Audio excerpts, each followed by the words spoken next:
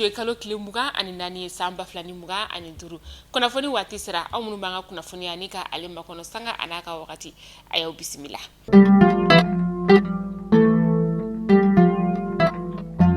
Fundamela bi anga jamana marabaw bina sefwari miliyar binani ani wolonvla nika ode kondo sene konyo ulla wala saka seka sene koni nika ale ko yakubaya chuga mina sene mi yere kon na tasira bina ke bassin du bani aleta anika ta se selengeta koni fenema ni bara yere bela jelen kon damne na femi juin kalo temeni samba flani muga ani duru atako flana ne koni ni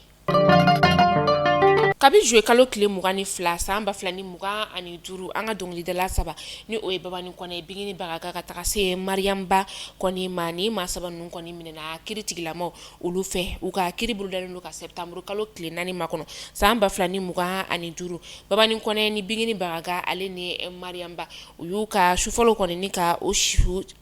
uyuka shufala koni nika oshi kasubun koni o konnala amba yero la ka fo ko ni ma saba nu yero koni ayira ka fo ko ma do de koni fenetara dama ka seben koni nika odu uyere dama koni ni nyogontie sega sega lu ni nyingalu koni fene senfe kritikila ma uya la nyinika o saba bela jedon koni mine nika u datu ni ndongni de la saba nu yero koni ayira ka fo u kanu ba munu koni be bolo sira u kanala ulude koni be nyogon buruja ko sebe bolo kana ula kritikila ma uyere kontuye uwele ninga kangarda keni uye kakla tuguni ka fo u ka kangarda u kanuba wi u bora ka kanuba kangarda u kanuba ye o fena ko fe tuguni u segena kani wala kura nu koni ni ka o damne tuguni bololo kana ula o de se fesa u minena ni ka u datu femi ye feda mai ale koni bora ni ka ye ka fo ko ni ngoni ye dusuma kasa ko baye dongli da lofstra koni o fe ko nga u bete kiritira ma uluka boluka ero ko tradi fene koni ale koni ma haklina ba koni di ami wakati mina ina fo sisa ma do fene koni yo haklina unika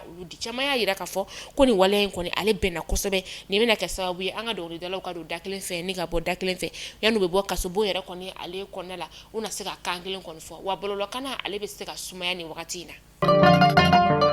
kabi joué kalo kile tan kono ton samba flani muga ani duru kalanso mbeno ni ale be wele ko Jean Paul II falaje kaw ulu feno anga jamana koni be musaka min koni ni ka adu kalanso ina uye anyongiri kalmesaro kemesara bishigi ode koni bedi kalanso karamogo koni uluma uka sarala kalanso yere koni école catholique de ayira la ka fo musaka in koni kumbe di kabi samba kele ni keme kono toni bi olonvla ani fla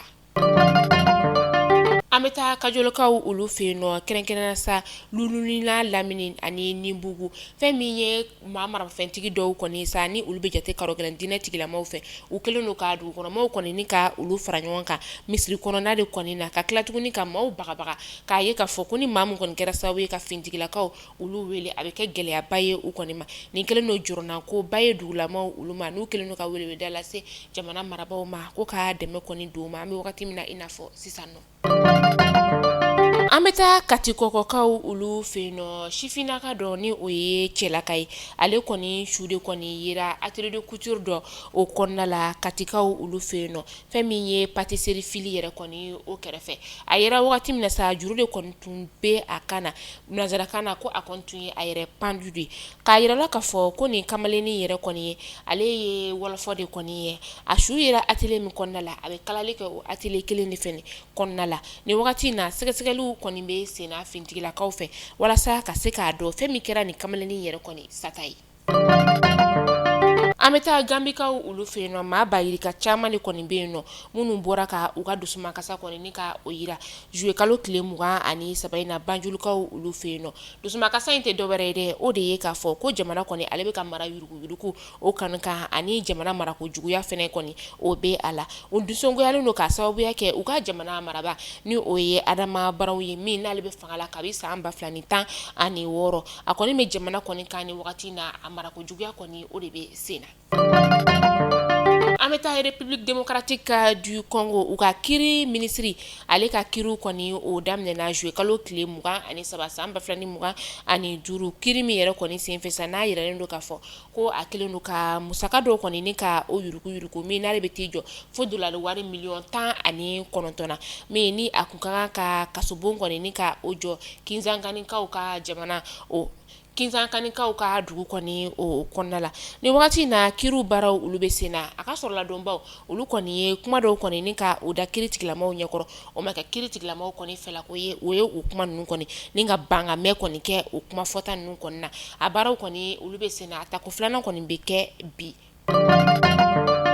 maa wɔɔrɔ du kelen kɔni kɔnɔna la olu tanyana ka sababu kɛ sirabakan kasara kɔni ye u ka jɛnɛjɛw o kɛra Afrique du Sud jamana kɔni o kɔnɔna la a kɛra juillet kalo tile 19 san 2025 ni maa ninnu yɛrɛ kɔni suguya ye Dinas Park u bɔra o jamana de kɔnɔna la ni o ye Veronique ye ni dugu kɔfɛlen yɛrɛ kɔni bɛ Gutenka o jamana kɔni nin dugu kɔfɛlen yɛrɛ kɔni bɛ Gutenka kaw kun fɛ yen nɔ a yera k'a fɔ u yɛrɛ kɔni tun bɔra janaja de kɔni na u segintɔ de la sa u ye sirabakan kasara kɛ ni ka u bɛɛ lajɛlen kɔni bɔnɛ u ni na k'a yɔrɔ la k'a fɔ a maakɔrɔba yɛrɛ tun bɛ si bɛ t'i jɔ san 68 a laban yɛrɛ kɔni si bɛ t'i jɔ san 27 la an bɛ taa États-Unis jamana o kɔnɔna la juillet kalo tile 22 san 2025 a yera k'a fɔ ko u kɔni y'u sen bɔ UNESCO la UNESCO ye faraɲɔgɔnkan kulu ye Nations Unies ale kɔni fɛ min ɲɛsinnen bɛ kalanko koɲɛw olu ma ka taa se seko ni dɔnko koɲɛw ma u kɔni tun bɔra fɛn min ye UNESCO ale ye san 2018 wagati min na Donald Trump kɔni ale tun bɛ fanga la nka a bɔlen fanga la sa juin kalo san 2023 u seginna ka na ko kura nka Donald Trump kɔni nalen a y'i sen bɔ a la tuguni an taa farikolo ɲɛnajɛ ale bunakun kan fɛn min ye farikolo ɲɛnajɛ ale ka ɲi maa ka kɛnɛya kɔni ma kosɛbɛ o de siratigɛ la sa groupe sportif du 26 mars olu maaw kɔni farala ɲɔgɔn kan ni ka farikolo ɲɛnajɛ kɔni ka o boloda 26 mars kɔni ye ale kɔnɔna la fɛn min ye Yazi Samake Mali kunnafoni tɔgɔ la ale bɛna ɲɛfɔli kɛ an ye farikolo ɲɛnajɛ ye ale sira fɛ aw ni an ka jɛni ka o lajɛ ɲɔgɔn fɛ kɛnɛya tigilamaw ka fɔ la fɛn min ye farikolo ɲɛnajɛ ale nafa ka bon kosɛbɛ an ka kɛnɛya o ma o de hukumu kɔnɔna na groupe sportif du 26 mars ale ye faraɲɔgɔnkan jɛkulu ye faraɲɔgɔnkan jɛkulu mun ka laɲini tɛ dɔwɛrɛ ye walasa fɛn mun ye kɛnɛya o bɛ se ka sabati farikolo la cogoya mun na ani fɔ ka taa se hakilina o lafiyali ma o de hukumu kɔnɔna na Mali kunnafoni wulila ni ka se nin jɛkulu kofɔta in ma o de hukumu kɔnɔna na an ye ɲininkali tɛnkun nin groupe maaw dɔ la an ka jɛ ni k'u ka kɔrɔfɔw lamɛn o sen b'a la ani an farala ɲɔgɔn kan an y'a ye a b'an dɛmɛ souvent a bɛ taa n'o tɛmɛ kan wuladaw fɛ a ka fisa ni k'i sigi so kɔnɔ ten ani kulonkɛ ni ci kuntanw na quoi n'an bɛ yan san ka ɲɔgɔn regrouper souvent a bɛ ɲɛnafin yɛrɛ tɛmɛ vacances kɔnɔ i n'a fɔ nin waati ninnu yɛrɛ ɲuman voilà o bɛɛ b'a la farikolo ɲɛnajɛ nafa ka bon surtout an musolakaw a bɛ forme d'an ma a bɛ kɛnɛya fana sabati ne yɛrɛ don wagati n fari tun bɛ n dimi n ka ko kun ma ɲi mais kabini ne y'a daminɛ n ye kɛnɛya sɔrɔ awɔ n ye damu sɔrɔ ala yɛrɛ de Mali kunnafoni jabaranin na jabaw aw kulo garisɛgɛ kɛra ni kunnafoni damadɔ de bɛ ni k'a da aw kulo kan aw ni ce aw ka lamɛnni ko ɲuman na aw k'an bɛn don nataw la kunnafoni kuraw olu kɛnɛ kan